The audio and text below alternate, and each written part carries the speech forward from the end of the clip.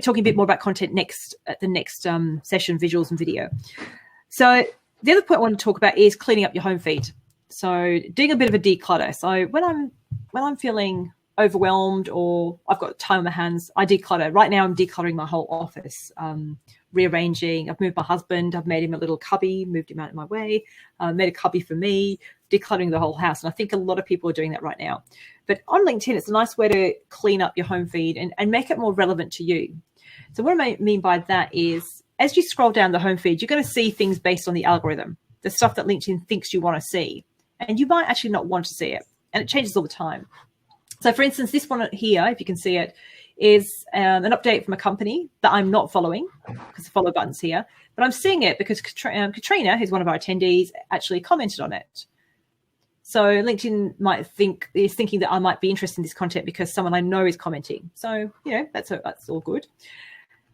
But scrolling down, I've got, an update from Canva because I'm following them. But say I'm not interested in Canva. Now, I don't know why you wouldn't be interested in Canva, but say I'm just over their content.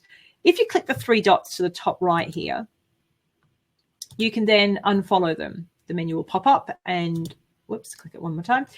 And the option will come up to remove them from your home feed. So I'm unfollowing Canva completely and won't see their post. Now, if I do that to a company, because with a company, you follow them.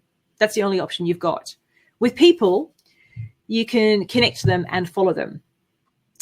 But you can connect to them and unfollow them. So you still have a connection. So if I was doing that to a person, I'm still connected. So if it was Marianne, if I didn't want to see Marianne in my home feed, I can unfollow Marianne, but I'm still connected. Now, I'm not going to do that because I like Marianne's content. And I think everybody should like Marianne's content. But, I just wanted to share that that's an option. So that's how you clean up your home feed. So then you start seeing more stuff that's relevant to you. Now, one of my connections, he's a LinkedIn trainer in the UK, the US. He's got like 28,000 connections, which is a lot of connections. And, that's a lot to manage. But he only follows about 50 of them because he wants his home feed to be really curated. So he follows other LinkedIn experts who he engages with. And then because by engaging with other people's content, you're actually sharing it with your network. So he just sees the stuff he wants to see first. Because if I unfollow Marianne, I can always go to her profile anytime, go to her articles and activity and actually see what she's sharing. So I can always see your content. And actually, I must correct myself. It's no longer called articles and activity. It's just called activity because articles are now part of featured. So I've got to stop using that term. But I can always see your activity because it's there. So, you don't have to, you're not removing someone completely. Now, if someone's spammy and there's no value to having them in your network, you can remove them completely. But, you want to do that with care. And, you don't want to just unfollow everybody. So that's something you can do. So 3 dots is your friend in the home feed. It's a nice way of cleaning up. You could clean up your connections as well, but home feed's important because that's where you kind of go to first. It's the first port of call. Now, the final thing I wanted to share is events. Now, LinkedIn have events. I'm not sure if you've seen them or not. I've got a question via message. Excellent. So question is, do you have to be connected to someone on LinkedIn to see their content? Good question, Reg. Love it. No. So if I am not connected to Marianne, I can still go to her profile and go to the activity section and see it. You can see anybody's content as long as it's public. You can set when you do a post on LinkedIn, you can set the audience as just your connections. Now, I don't really recommend doing that because it's defeating the purpose of being on LinkedIn because you're sharing LinkedIn content to be seen and build relationships. Unless it's something very specific or quite, you don't want to say your competition to see. But yeah, there's not really much value in doing that. But so in general, everything is visible. So if there's someone you're building a relationship with, say the CEO of some mining company and you want to get in and do some training with him or you want to have a meeting, if you go to their profile, firstly, you go to their profile, you leave a footprint behind. They know you've looked at them because they get the notification when they get that update. But secondly, you get to see their content and get to see what do they share on LinkedIn, what kind of stuff's important to them, and then you can engage with them. And that's before you're connected. So that's a nice way to start building relationships before you even, connect to someone. Some of you may have been invited to this event today through LinkedIn. So you can set up an event on LinkedIn and you can invite your network. You can only invite your connections. You can't invite the general public. It's only people you're connected to. But a new feature is that you can now host an event as a company. So if you've got a company page, you can change the voice to the company page, and it now shows up on the company page, which is finally we're getting somewhere. So you'll see on the dashboard here. So when you're on the home screen, you will see the events tab. So you'll see this event here, how to use LinkedIn in a time of because that's this event today. So you set up your event and you can invite people. Now, the reason I'm talking about this, because you might be thinking, well, do I actually run events? You might want to run it, like I said, a challenge, and you might want to launch that challenge with a webinar. Then set up an event on LinkedIn, invite your connections to the event. So you set it up. It's very easy to set up. You put a link to get the tickets. So how are they going to book to find out about it? Now, for this event, I'm not using Eventbrite anymore. We're using another ticketing platform called Humantix. Humantix are Australian. That's why I thought I'd give them a go. I had a meeting with them and went through the back end, and it's pretty good. It does a lot more than Eventbrite, and it integrates with a few platforms. So that's the ticketing link, but then you need obviously the link to get into the webinar. So it's a two-part. So it's up to you as to, are you going to use a ticketing link and then have the link to the webinar, or are you going to using Zoom? Are you using Zoom as the platform and putting the Zoom link directly here? Now, we've probably all heard a lot about the dangers of Zoom bombing and all sorts of stuff.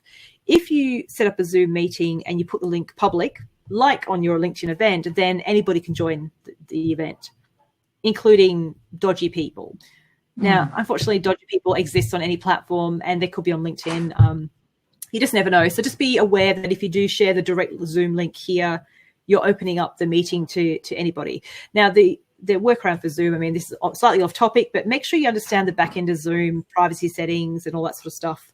And I actually created a PDF document with instructions, because I've just been giving my in-laws some training on Zoom so that they can keep in touch with their friends and family.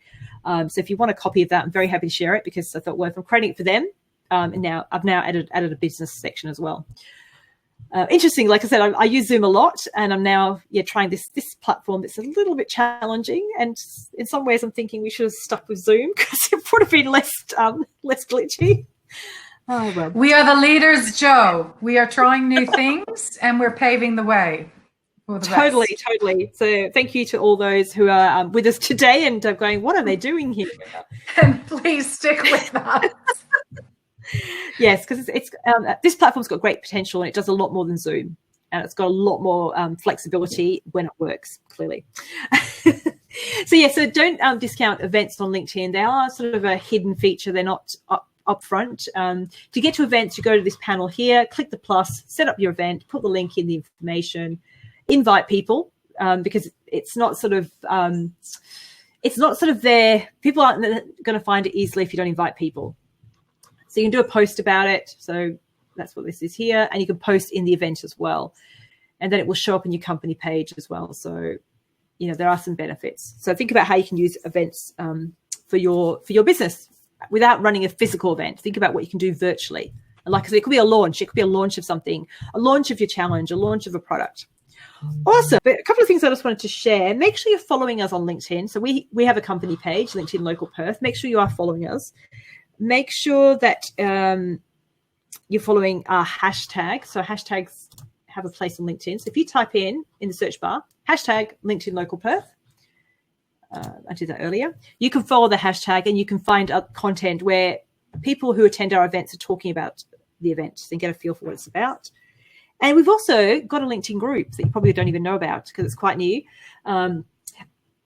Now, unfortunately, you can't call groups on LinkedIn. You can't use the word LinkedIn in a group name. So it's not called LinkedIn Local Perth, because we can't use that. It's called Perth Connect, just to change things up a bit. So join the group, and that's where then we can communicate, because on a page, you can't necessarily communicate as a community. Groups on LinkedIn are a little bit behind the scenes, because they don't sort of come up front, but a nice way to sort of stay in touch with each other today. So definitely do that. Now I am going to stop sharing my screen and I'm going to do something clever, she says. Good luck. Right. Where's the call to action? Call to action. Yes, this is another feature of this platform, call to action. So I'm just going to launch. I'm going to send you a link. Let me see if this works. I haven't tried this feature yet. So you should all now see a pop-up box inviting you to join the LinkedIn group, the Perth Connect. So hopefully that's there. Can someone confirm they can see it? Yeah? All good. Yeah. So you hit the join button, and that will take you straight to the group to save you searching for it. All right. So you've all clicked and you've opened it up in a new tab. So leave that to one side. All right. I'm going to do that again quickly. And where am I? Oh, wrong thing. There's lots of awesome options in the back end of this platform. You can share videos, you can run surveys and quizzes and all sorts of cool stuff. What was I doing? Call to action. And the other thing I'll just show you quickly is content. Yeah. So here's the link to the hashtag. So you can search for hashtag LinkedIn Local Perth, or you can click the button that says follow, and that will take you to the search directly. And then you can find information there as well. So this feature is a nice way to share links within the platform. Awesome. Now I'm just going to change the view of the meeting back to meeting interface, and then we'll get rid of the share screens.